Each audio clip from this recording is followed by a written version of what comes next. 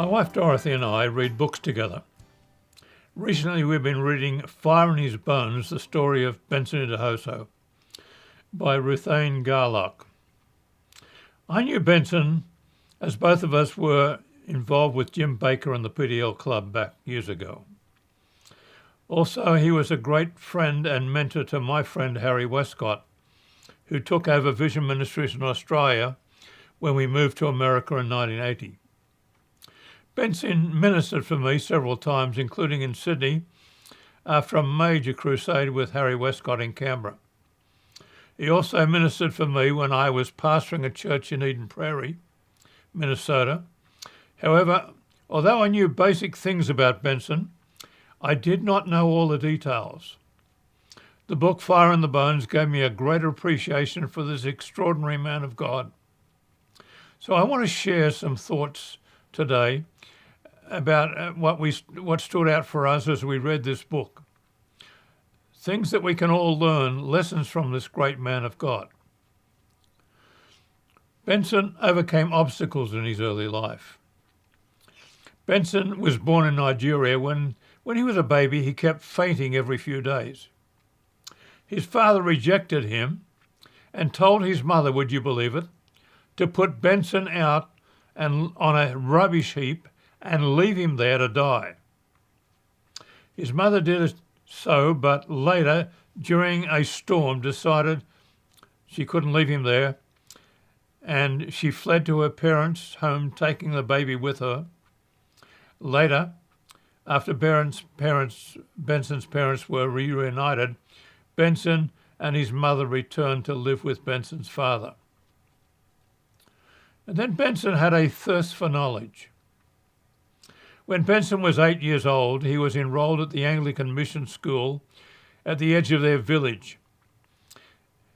Attending school stimulated Benson as nothing else had done in his mostly mundane existence.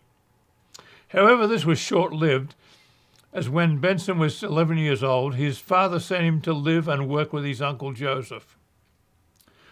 Besides doing field work, he served as the houseboy, gathering and chopping firewood and hauling water for his uncle's 2 wives. At night, he slept on a grass mat. His cousins, who were younger than him, seemed to like him right from the start, and together they would play games at night. Benson's cousins were enrolled in a school, but Benson was required to work, so he was not allowed to attend. However, in the early evenings after supper, he would sit with his cousins as they went over the lessons they had learned that day, and this became Benson's classroom and gave him a chance to learn. He was an eager scholar and worked on his lessons at every opportunity with dogged determination. Later, he returned to live with his parents. And then Benson became a believer. When he was 16 years of age, Benson's paternal grandmother in Benin City invited him to live with her. She agreed to pay his school fees at a Methodist boarding school 70 miles away. After completing the course at the boarding school, he returned to Benin City, moving to the Iara district to live with his aunt Beatrice. There he visited various churches until one Sunday afternoon, through a series of events, he experienced healing at the hands of Pastor Okapo. He invited him to his small church, and it was there that he prayed to be born again. In fact, when Benson got up from his knees that day, he felt like a new person. Later, he was baptized in the Holy Spirit. Subsequently, he became involved with the pastor and the church. At the same time, he shared his new experience of Christ with everyone he saw. After becoming a Christian, Benson's thirst for knowledge was greater than it had ever been. He even enrolled in a correspondence course from a school in England to study accounting and business administration. Next, Benson proved himself in a secular position. Through his grandfather, Benson was introduced to the manager of the Bata Shoe Company, where he was given a job as an assistant to the stock clerk. From the very first day in his new position, Benson quickly learned the procedures of his task and won the admiration of his supervisors. With his first pay envelope, he took out 20% of his earnings and gave it to his church. During this time, he went back to visit his parents and witness to them about Christ. He later led his mother to the Lord before she died. He also began to organize teams of people from his church to witness in villages surrounding Benin City. And 2 years after beginning his job at Bata School Company, he was promoted and given a salary increase. He was now 25 years of age and felt it was time for him to rent his own small apartment. And then Benson received a call from God. One night, Benson was abruptly awakened from his sleep by a sound of a voice speaking to him. Sitting up in bed, he knew it was a message from the Lord himself. I have called you that you might take the gospel around the world in my name. Preach the gospel, and I will confirm my word with signs following. The room seemed charged with the persona of God. Benson fell down to his knees and said, Lord, whatever you say to do, I'll do. Wherever you want me to go, I'll go. The following night he had a vision of being in a large field with one great tree standing in the middle. The tree was completely dead. Stand underneath the tree. Someone will come and ask you for help. Starting with one lady in her 80s, people came and started to stand underneath the tree. And Benson helped them put down their loads. Eventually, young men began to help Benson. At the same time, the branches on the tree were densely covered with leaves, and the tree was now vibrant with life. This is what I shall do with your life. If you begin to help people drop their burdens at my feet, I will bring back to life that which was dead. And just as you are standing before this great multitude, you will one day stand before thousands around the world and speak of my great power to heal and perform miracles.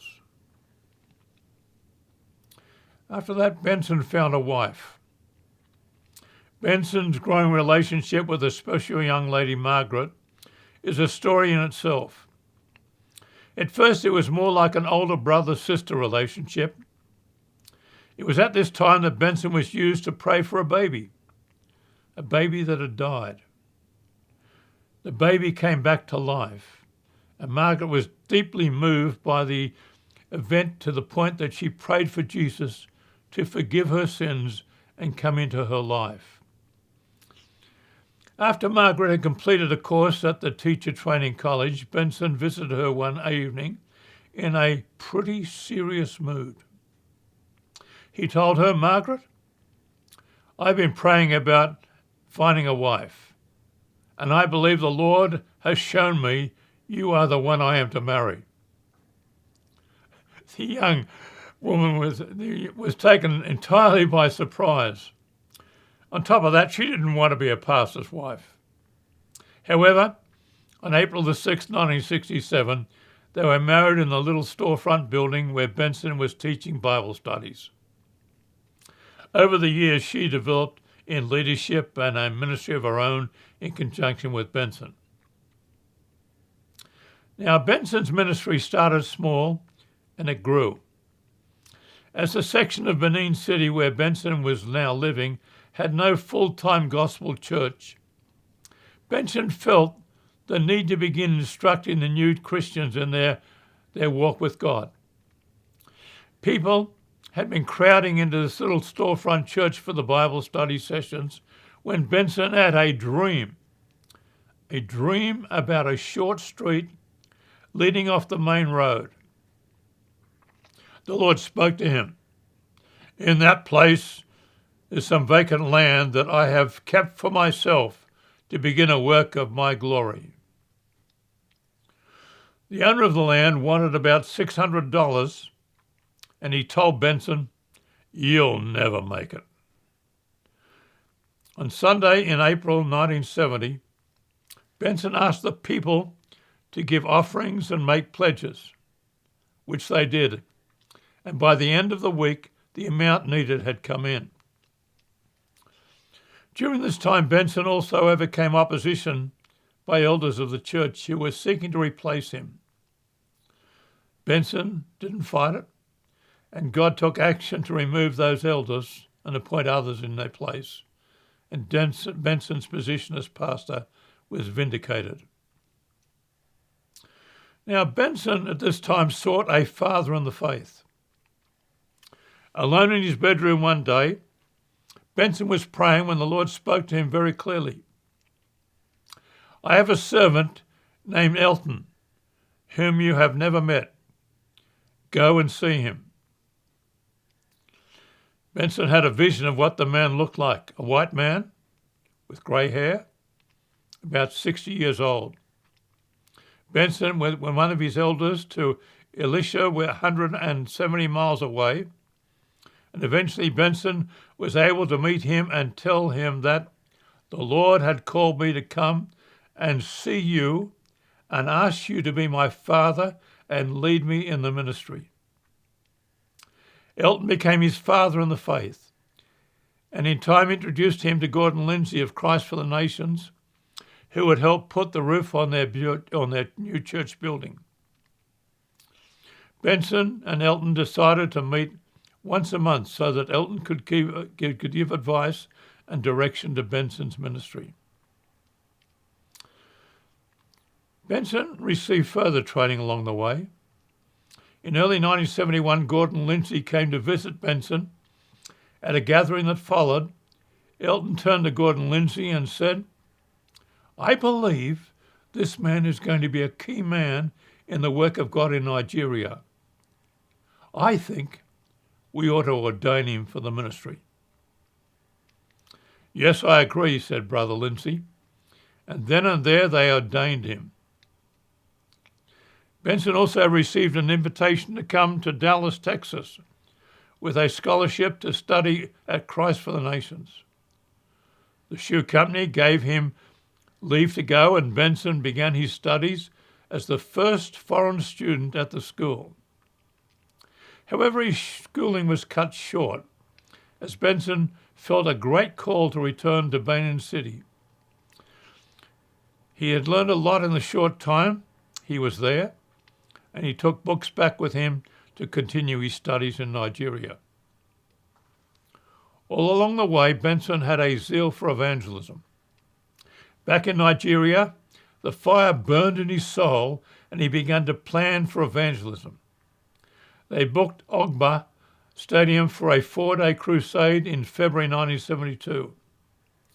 Such a thing had never been done before, and by the final night about 10,000 people came.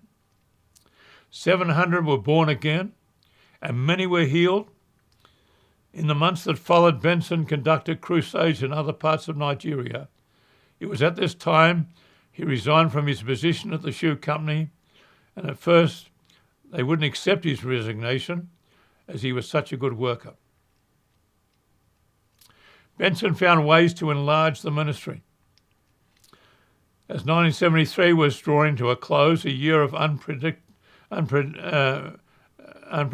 progress, they had an end-of-the-year Thanksgiving rally to give thanks to God and to present plans for the year ahead.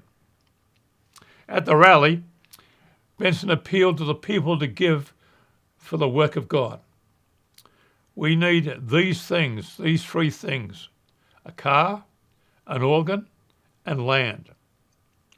A young man gave his car, and the police commissioner gave the money for the organ, and then a young 4-year-old child ran up to the platform where his father, a lawyer, was sitting. "Daddy, Daddy, you have land?" The boy said. His father tried to quieten him by giving him a sweet. "No, I don't want a sweet," the little boy said. "You have lots of land. Why don't you give the land?" The man gave in to his son. "Okay, I will give the land." And he said to his son, "Go up there and tell the pastor for me." At the same time, Benson began to see the potential of television, and he started a program called Redemption Hour, which became the best program on the local television station. Eventually, Jim Baker of the PDL Club in America came to support the television ministry. Then in November 1975, the church was dedicated, and Mrs. Gordon Lindsay was the special speaker. Increasing numbers of crusades were conducted in various parts of Nigeria, and as a result of this, literally hundreds of churches were opened. Benson worked with Reinhard Bonnke, the great evangelist. Benson invited evangelist Reinhard Bonnke, who was then based in South Africa, to join him in a crusade in Ibadan, the third largest city in Nigeria. Bonnke, in his book Living a Life of Fire, describes Benson as a man with a tremendous reputation for evangelism. Bonnke knew he disagreed with Benson's general approach. He said, "I preached the gospel first and healing followed. Benson conducted a healing ministry first and then preached the message of the gospel." Night after night, however, Benson and Bonnke alternated preaching. Each night the crowds grew. It was estimated the largest crowd was 250,000 people. Now, Bonnke doesn't say this in his book, but it's interesting to note that prior to this crusade with Benson Idahoso, Bonnke had used an enormous tent for the meetings. However, after this crusade with Benson, he moved into stadiums and to the open air. It's all recorded in a chapter in Bonnke's book entitled A Fiery Trial, A New Direction. It seems that the crusade with Benson marked the beginning of a new phase in Bonnke's ministry. The last thing I'd learnt from the book was this: Benson heard the voice of the Lord. All through his ministry, when making major decisions, Benson was led by revelation more than reason. He would receive a word from the Lord, a revelation, and he would act on it in faith and obedience. As such, he was bold and fearless. He was bold and fearless as a leader. Now, Benson left a legacy. He died in March of 1998 at the comparative young age of 60 years of age. Yet he left a legacy that still inspires people to this day. He was bold. He was fearless, a man of faith and obedience and following the Lord, who God used mightily both in Nigeria and worldwide. A man who was prepared to do whatever God told him to do. Just think of some of the lessons that we have highlighted in this message here concerning Benson. He overcame a horrible beginning to his life. He had a thirst for learning. He became a believer, a follower of Jesus Christ. He proved himself in a secular position. He received a call from God. He found a wife to share in his ministry. He started his ministry small and saw it grow. He sought a father in the faith to advise him. He received training and was a lifetime learner. He had a real zeal for evangelism. He sought ways for the ministry to enlarge. He worked with others, including Reinhard Bonnke. And above all, he heard the voice of the Lord and responded in faith and obedience. In all this, he left a legacy. I thank God for such a man as Benson Idahoso. And my prayer is, may God raise up more more like him, bold and fearless in proclaiming his word. God bless you. Thank you for listening to the Langstaff Letter with Dr. Alan Langstaff. The Langstaff Letter is produced by Frontline Ministries, a ministry of Kairos Ministries. If you'd like to join a discussion about this edition, you can go to Dr. Langstaff's blog at kairosmin.org. We look forward to having you join us back again next week. And remember, the best is yet to be.